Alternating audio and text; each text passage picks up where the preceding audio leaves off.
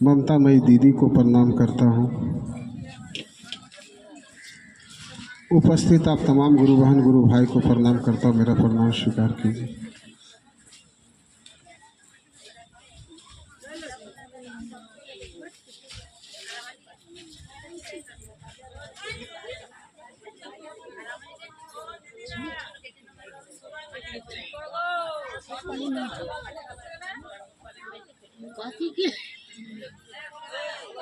हाँ दीदी, थोड़ा शांति पूर्वक बनाइए और चर्चा सुनून अपने आपको एक ठो बात कहें, डरिएगा नहीं ना। एक बार साहब से कोई गुरु भाई सवाल रखे थे कि हम नित्य दया मांगते हैं महादेव से और नित्य उनकी गप भी करते हैं दीवानों की तरह ईमानदारी से, और नित्य अपने गुरु को प्रणाम भी करते हैं, फिर भी मेरे जीवन से दुख और संतरास का निवारण नहीं होता है। तो साहब उनसे पूछे, प्रश्न के बदले प्रश्न पूछे, जबकि प्रश्न के बदले उत्तर दिया जाता है ना, मगर साहब उनसे प्रश्न के बदले प्रश्न किए, क्या आप शिव चर्चाओं में गप करते हैं क्या? आपकी बात नहीं कर रहे दीदी, जो प्रश्न करता था साहब उनसे प्रश्न किए, क्या आप शिव चर्चाओं में गप करते हैं क्या? उन्होंने कहा हाँ। साहब बोले यही आपके दुख तकलीफ और संतरास का कारण है। अगर इतनी सी बात से भी अगर डर नहीं लगता है तब तो कोई बातें नहीं। जिसको महादेव से डर ना लगे तो फिर क्या बात है। क्योंकि डर के बारे में साहब बोले हैं, डर, ये डर शब्द की उत्पत्ति जानते हैं कहाँ से हुई है? डर से 33 कोटि देवी देवता डरते हैं। डर से 33 कोटि देवी देवताओं को भी डर लगता है, मगर डर भी किससे डरता है जानते हैं? डर को भी डर लगता है। डर से 33 कोटि देवी देवताओं को भी डर लगता है, मगर उस डर को भी डर लगता है जानते हैं किससे? महाकाल से, जो हमारे आपके गुरु हैं। इसलिए डरना सीखिए। अगर जीवन में डर नहीं रहेगा तो संबंध का कोई मायने ही नहीं रहेगा। बाप को बेटा से डरना हो तो घर अखाड़ा बन जाएगा, पत्नी को पति से डरना हो, उसकी अपनी मर्यादा से डरना हो तो घर घर रहेगा दीदी, श्मशान बन जाएगा। इसलिए डर को अंडर एस्टिमेट मत करिए, डर जरूरी है।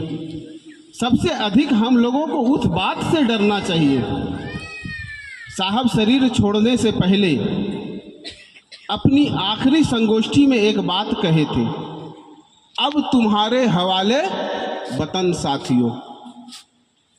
मतलब साहब जाने से पहले शिव शिष्टता की ये बगिया जो उन्होंने इतनी मेहनत से साहब और दीदी लगाए हैं, उस बगिया के साहब दीदी माली हैं। उस बगिया के साहब दीदी माली हैं। मालिक कौन है? शिव, स्वयं शिव। तो उस बगिया के फूल हैं ना जी, हम लोग जब वो माली हैं, माली क्या करते हैं? हम लोग भी घर में बागवानी करते हैं तो क्या करते हैं? अपने पेड़ पौधे को जो लगाए हैं उसे देखभाल करते हैं, समय समय पे जल देते हैं, पानी देते हैं, और अगल बगल जो घास भूसा जन्म लेता है उसको क्या करते हैं? साफ कर। अरे भैया रखिए, बाद में करेंगे महाराज, नहीं अभी लोड होगा।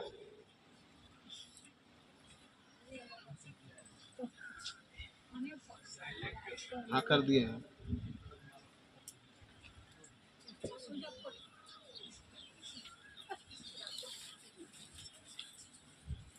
तो वो घास भूसा को माली क्या करता है? साफ करता है। क्यों? क्योंकि जो पेड़ पौधा जो लगाया है ना उसमें ग्रोथ होता है, वृद्धि होता है। नहीं तो माली का काम है वही कि बागवानी करना, और उस सुंदर सी बगिया का हम लोग एक फूल हैं। इसी बात पे उन्होंने कहा अब तुम्हारे हवाले वतन साथियों, यानी साहब क्या बोले आखिरी संगोष्ठी में कि अब संगोष्ठी आप लोग करेंगे, मैं ताली बजाऊंगा, भले उसका नाम संगोष्ठी का भले ना हो। ये क्या है, संगोष्ठी है ना। हम लोग किस लिए उपस्थित हुए हैं कि मेरे गुरु आपके हो जाएं, आपके गुरु जन जन के गुरु हो जाएं। उद्देश्य इस कार्यक्रम का यही है ना। तो डर रखिए, इस बात का डर रखना चाहिए हमको आपको कि किसी ने हम पर आप पर ये भरोसा किया है। हम पे आप पे भरोसे से नहीं इस काम को दे करके गए हैं ना। आप और हम अपने घर से बाहर कहीं पे जाते हैं तो पड़ोसियों को ये कह के जाते हैं ना, भैया दीदी कि जरा सा मेरा घर का देखभाल कीजिएगा, कह के जाते हैं ना। अब सोचिए वही पड़ोसी हमारे घर को लूट ले, जिसके भरोसे हमने घर को छोड़ के गया, क्या स्थिति रहेगी मेरी आपकी? बहुत तकलीफ होगा ना। भरोसा तोड़ना, किसी का भरोसा जितना कठिन है उससे आसान है उस भरोसे को तोड़ना। कठिन है तो निभाना। हम पर आप पे साहब दीदी ये भरोसे से इस बात को, इस बगिया को छोड़ करके गए हैं कि इसको कितना अच्छा सुंदर से इस बगिया की परवरिश हम लोग करें। तो डर जरूरी है। डर इस बात के लिए जरूर रखना चाहिए हमको आपको कि शिव मेरे गुरु हैं, अब इस काम को हमको आपको आगे बढ़ाना है और प्रेरणा स्रोत साहब दीदी हैं, मार्गदर्शक हमारे आपके साहब दीदी हैं। नहीं अच्छा, एक तो बात बताइए, हम गप्पे करने आए, हमको आपको औकात नहीं है शिव चर्चा करने का। भले नाम दे दिए हैं शिव चर्चा का, गप करें कि शिव चर्चा करें? चर्चा करें। हमको आपको औकात है? नहीं है। सुनिए क्यों नहीं है, बता दे रहे हैं। एक बार माँ भगवती तुलसीदास जी को बोली थी, क्या बोली थी कि सब देवी देवताओं के बारे में लिखते हैं, मेरे महादेव के बारे में क्यों नहीं लिखते? शिव चर्चा और शिव गुरु की गप इतने में समझ जाइएगा, पहले इस बात को समझने का प्रयास कीजिए। तुलसीदास जी क्या बोले जानते हैं? पूरी पृथ्वी को आप कागज बना दीजिए भगवती, आपके हाथ में तो सब कुछ है, पूरी पृथ्वी को कागज बना दीजिए, अब पूरे समुद्र के पानी को स्याही बना दीजिए। अब परिजात एक वृक्ष होता है जिससे कलम लेखनी बनता था पहले, आज ना पेन चलने लगा है। पहले परिजात वृक्ष की टहनियों को काट कर करके लेखनी बनाया जाता था, कलम बनाया जाता था। तो उन्होंने कहा तुलसीदास जी ने कि पूरी पृथ्वी को कागज बना दीजिए, अब पूरे समुद्र के जल को स्याही बना दीजिए। अब परिजात के वृक्ष जितने भी हैं संसार में सबको काट करके कलम बना दीजिए। अब विद्या की अधिधात्री देवी माँ सरस्वती को स्वयं बिठा दीजिए और कहिए शिव के बारे में, उनके गुणों के बारे में गुणगान करने के लिए। नहीं हो पाएगा, ना कोई उनका गुणगान कर सकता है, ना उनके बारे में लिख सकता है। सृष्टि जानती क्या है शिव के बारे में? जानती है क्या? मूर्तिकार ने भी उनकी मूर्ति बनाने की दुस्साहस नहीं किया। यहाँ पे साहब ने साहस नहीं बोले हैं, साहब क्या बोले? किसी मूर्तिकार ने शिव की मूर्ति बनाने का दुस्साहस नहीं किया, किसी चित्रकार ने शिव की तस्वीरों को अंकित करने का दुस्साहस नहीं किया।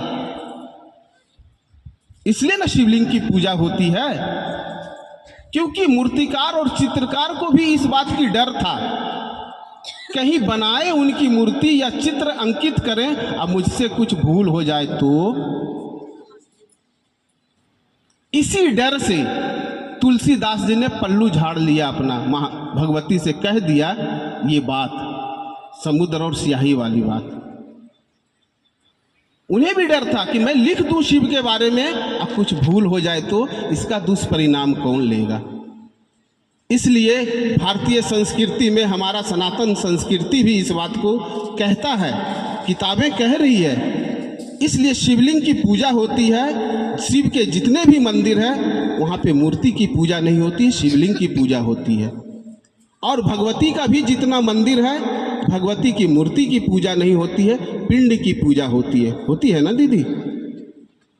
शिव के जितने भी मंदिर है संसार में, शिवलिंग की पूजा होती है, और भगवती का जितना भी मंदिर है संसार में, उनके पिंड की पूजा होती है। क्योंकि मूर्ति बनाने का दुस्साहस न मूर्तिकार ने किया न चित्रकार ने किया। तो तुलसीदास जी की क्या औकात है, चाहे मेरी आपकी क्या औकात है कि शिव की चर्चा कर ले। जानते क्या है शिव के बारे में?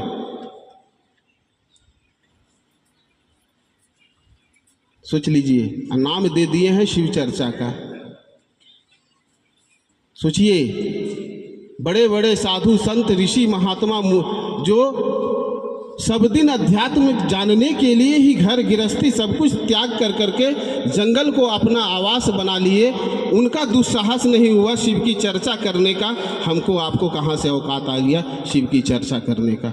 साहब ने कहा है, गप कीजिए गप। अभी एगो दीदी बोल रही थी कि 17 साल से मैं शिव की शिष्या हूँ, और जप करने की विधि बता रही थी। मिला है आदेश जप करने के लिए हमको आपको? होगा जप? नहीं होगा, क्योंकि जिस मौसम के फल होता है तासीर उस फल का वैसा ही होता है। इस कलिकाल, इस कलयुग में जप और तप करने के लिए जो मटेरियल चाहिए उसको कहता है मन। कहाँ से लाइएगा? है संभव? कहते हैं उपवास करते हैं। क्या चीज से उपवास करते हैं? मन से नहीं, पेट से उपवास करते हैं।